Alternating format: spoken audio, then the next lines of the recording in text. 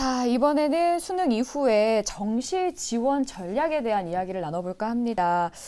각 대학별로 수능 성적을 반영하는 방법들이 다 다르기 때문에 좀 연구가 필요할 것 같은데요. 이만희 선생님, 이제 수능 성적에 따라서 어떤 대학을 눈여겨보면 좋을지 어떤 조언의 말씀 있으실까요? 모든 대학이 전 영역을 반영하는 것은 아니고요. 일부 대학은 3개, 어떤 거는 2개도 합니다. 그러니까 자기 시험을 보고 만약에 수학이 망쳤으면 수학을 버리는 전략을 짜시면 되고요. 영어면 영어를 버리는 전략을 짜면 되고, 이를테면 또 어느 대학은 4과목을 반영하더라도 수학 반영률이 높거나 아니면 영어가 또 높거나 하거든요. 그러니까 요강을 공부하셔야 하는데 중요한 건 이러면 가천대학의 경우는 국어 B가 30%, 수학 A가 20%, 영어가 35%, 탐구가 15%예요. 그러니까 탐구를 망칠 수 없는 가천대가 좋은 거죠. 그런 거면 어느 대학은 또 동국대학은요, 국어 B가 30%, 수학 A가 20%, 영어가 30%, 탐구가 20%예요. 그러면 사실 이 친구들은 탐구를 잘 본 친구가 동국대에 지원하면 되는 겁니다. 그러니까 이런 식으로 반영 비율을 따지시면 되는데, 사실 제가 볼 때는 한 120개 대학은 4개를 반영하지만 나머지 한 80개는 한 3개를 반영하거든요. 그러니까 요강을 공부해가지고 꼼꼼하게 따지면 특정 영역을 망쳤더라도 지원할 수 있다. 심지어 어느 대학은 영어만 보는 대학도 있습니다. 지금 이제 그러니까 인문계 공부를 하시면 된다 이렇게 생각이 됩니다. 그럼 뭐 국어 성적이 잘 안 나온 경우를 좀 더 구체적으로 한번 설명해 주시죠. 이를테면 뭐 홍익대 자율전공은요, 국어, 수학, 영어, 탐구 4개 중에서 3개를 선택하니까 국어를 버려도 되는 거죠. 그렇죠. 그런가 하면 뭐 이화여대 간호학부 같은 경우는 수학과 과학이 필수고 국어와 영어 중에 하나 선택이니까 국어 버려도 됩니다. 또 성신여대 간호학과도 수학과 영어가 필수고 국어와 탐구 중에 하나를 버릴 수 있으니까 국어를 버려도 되거든요. 이런 식으로 해서 특정 과목이 어려워도 버리면 되는 거니까 요강을 공부하시면 됩니다. 그러면 만약에 이제 제가 인문계 학생인데 국어에는 좀 취약해요. 근데 수학을 정말 잘 봤습니다. 이럴 때는 이제 수학을 많이 반영하는 학교를 찾아야겠죠. 그렇습니다. 물론 뭐 모든 대학이 다 수학을 높게 반영하는 건 아니고요. 대체로 명문대학이나 대체로 상경 계열이 수학을 많이 반영하는데, 예를 들면 서강대학교 같은 경우는 국어 B가 25%, 수학 A가 32.5%예요. 국어보다 높아요. 그러니까 서강대학에 지원하면 되는 것이죠. 또 숭실대 같은 경우는 경영학부 같은 경우는 국어가 15%인데 수학이 35%입니다. 따라서 이런 데 지원하시면 되겠죠. 물론 그 대학 수준에 맞아야 되겠죠. 반대로 또 이제 저희 같은 이제 여학교의 경우에 이게 수학이 약한 학생들이 좀 많은데요. 이런 경우는 또 어떻게 할까요? 다 있습니다. 예를 들면 서울과학기술대학은 문창과인 경우에 인문계열 모집 단위에서 국어, 영어, 탐구만 반영을 합니다. 또 서울여대 같은 경우는 국어와 영어는 필수지만 수학과 탐구 중에 선택이고요. 삼육대학은 영어와 탐구가 필수고 국어와 수학 중에 하나가 선택입니다. 그러니까 만약에 수학이 안 좋은 수험생은 이런 대학에 지원하시면, 이런 대학이 꽤 있습니다. 찾아보시면 됩니다.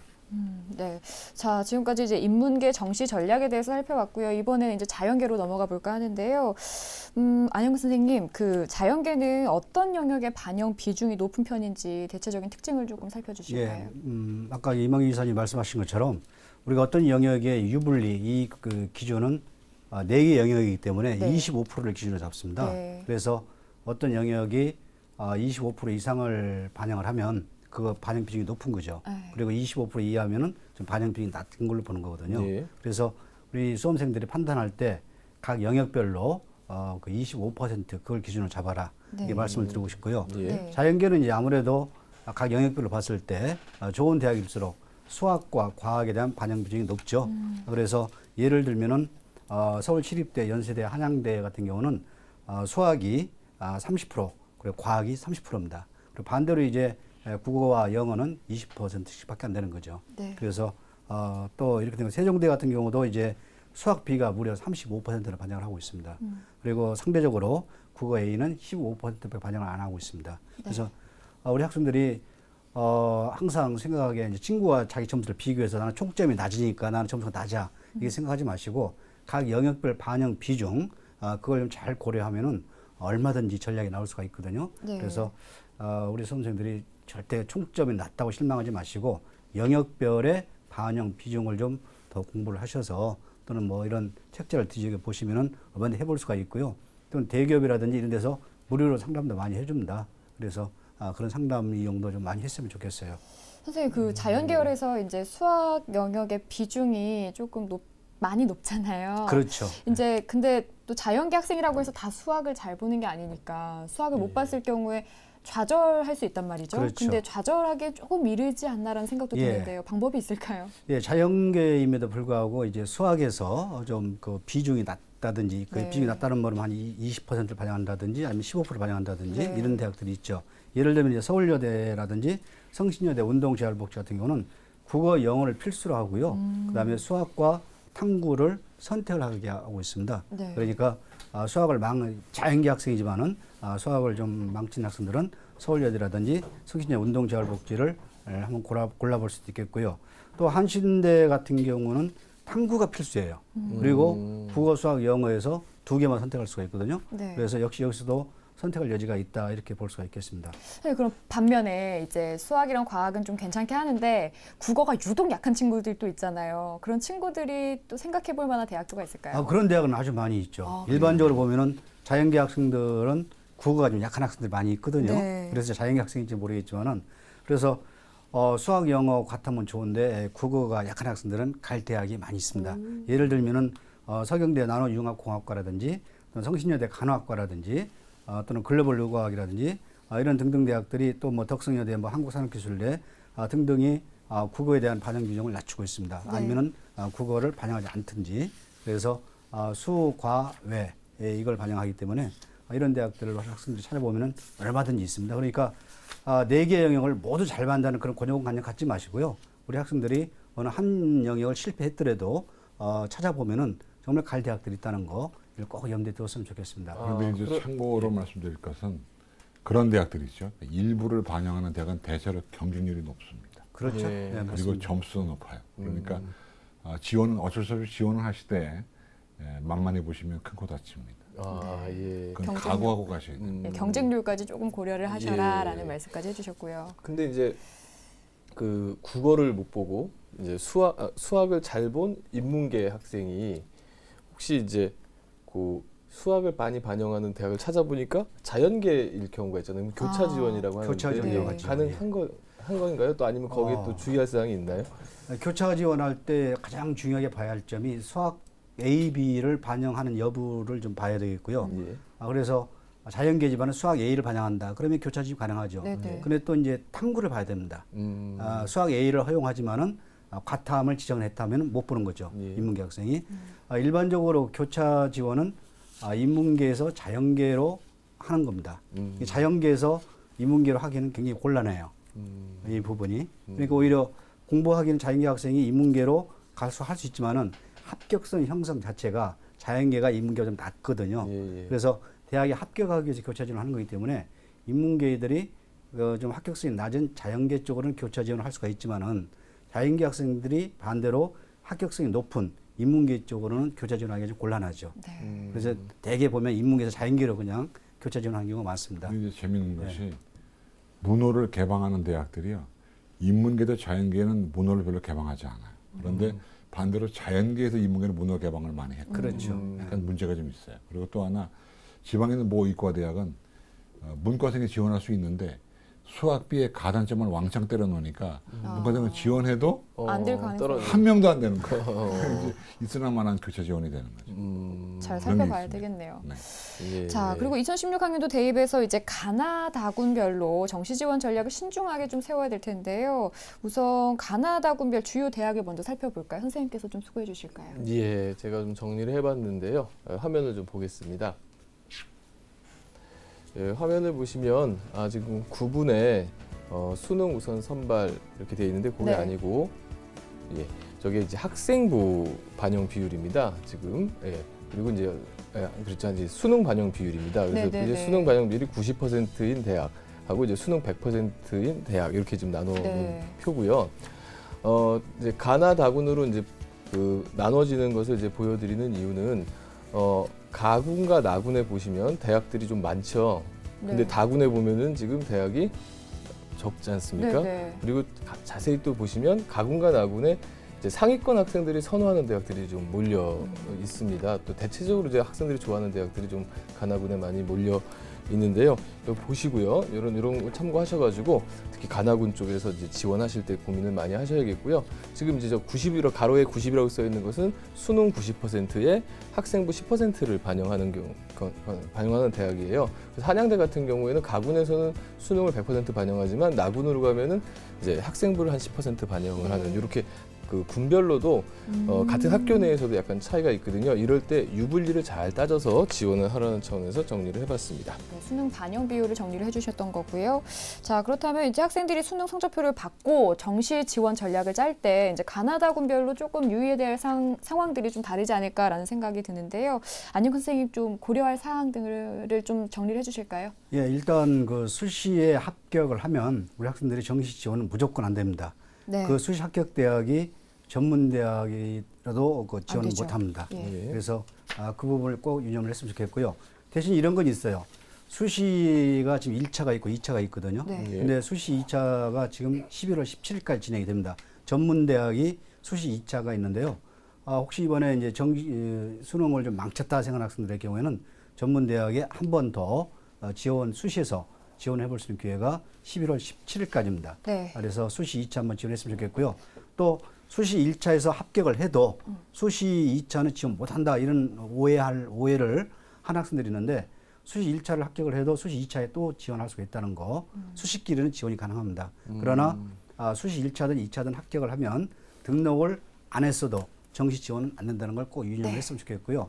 그다음에 정시 지원 전략에서 이제 가군, 나군, 다군이 있는데 이 부분은 이제 당연히 우리 학생들이 되게 일반적으로 보면은 모집 인원과 좀 관계시켜서 생각하면 좋겠어요. 그러니까 우리 학생들 지원자를 세울 때 가군의 대학, 나군의 대학, 다군의 대학. 일반적으로 보면 나군이 모집 인원이 많아요.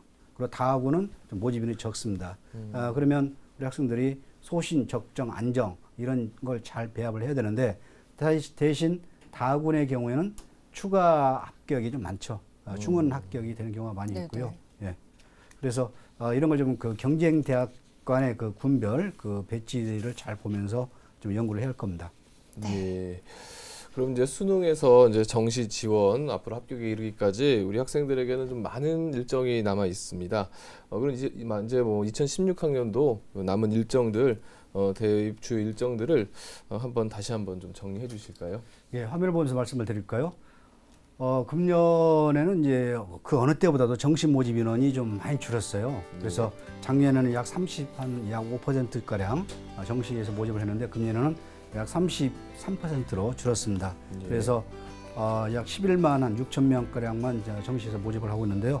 이 정시 모집 인원도 우리 학생들이 좀 알아야 할 게 지금 현재 대학에서 공지한 정시 모집 인원하고 실질 모집 인원하고 다를 수가 있습니다.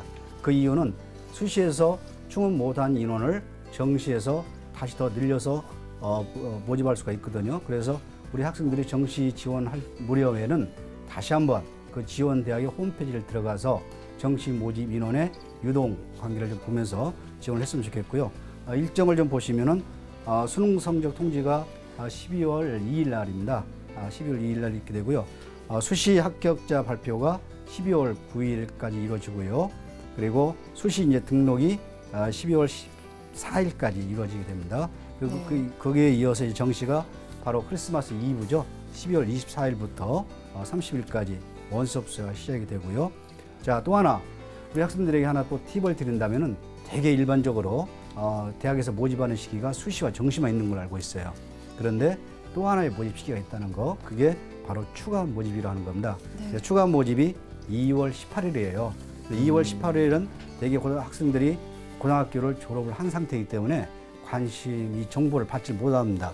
그래서 추가 모집에 대한 그 관심도 없고 또 정보를 받지 못하다 보니까 추가 모집이 있다는 걸 놓칠 수가 있는데 추가 모집도 또 하나의 기회다. 이걸 좀 생각을 하고 학생들이 일정도 챙겼으면 좋겠습니다. 네. 정시 지원 전략까지 들어봤는데요. 오늘 말씀해주신 내용을 잘 기억을 하시고 혹시 기억이 안 나신다면 또 다시 보기를 통해서 다시 한번 정리를 하시면서 본인한테 더 유리한 정시 지원 전략을 구체적으로 잘 짜보셨으면 좋겠고요. 좀 더 자세한 지원 전략 수립을 위해서 저희가 이제 마련한 게 있는데 선생님 소개를 해주실까요? 예, 다음 주 이제 11월 21일 토요일입니다. 네. 예, 동대문 구청에서 2시부터 3시간 동안 네. 5시까지 두 차례에 걸쳐서 이제 그 입시 설명회가 있는데요. 이제 1부에서는 정시 대학별 지원 전략을 제가 이제 강의를 해드리고요. 네. 그다음에 2부에서는 수능 가채점 분석 및 활용 방안을 김영일 교육 컨설팅의 조민정 소장님께서 나오셔서 해주십니다. 네, 그리고 12월 13일 일요일에는요, 대학 입시 설명회와 함께 1대1 무료 정시 상담이 진행될 예정인데요. 설명회 참석과 그리고 1대1 무료 정시 상담을 원하시는 분들은 TBS 기적의 TV 상담받고 대학 가자 홈페이지를 통해서 신청하실 수가 있습니다.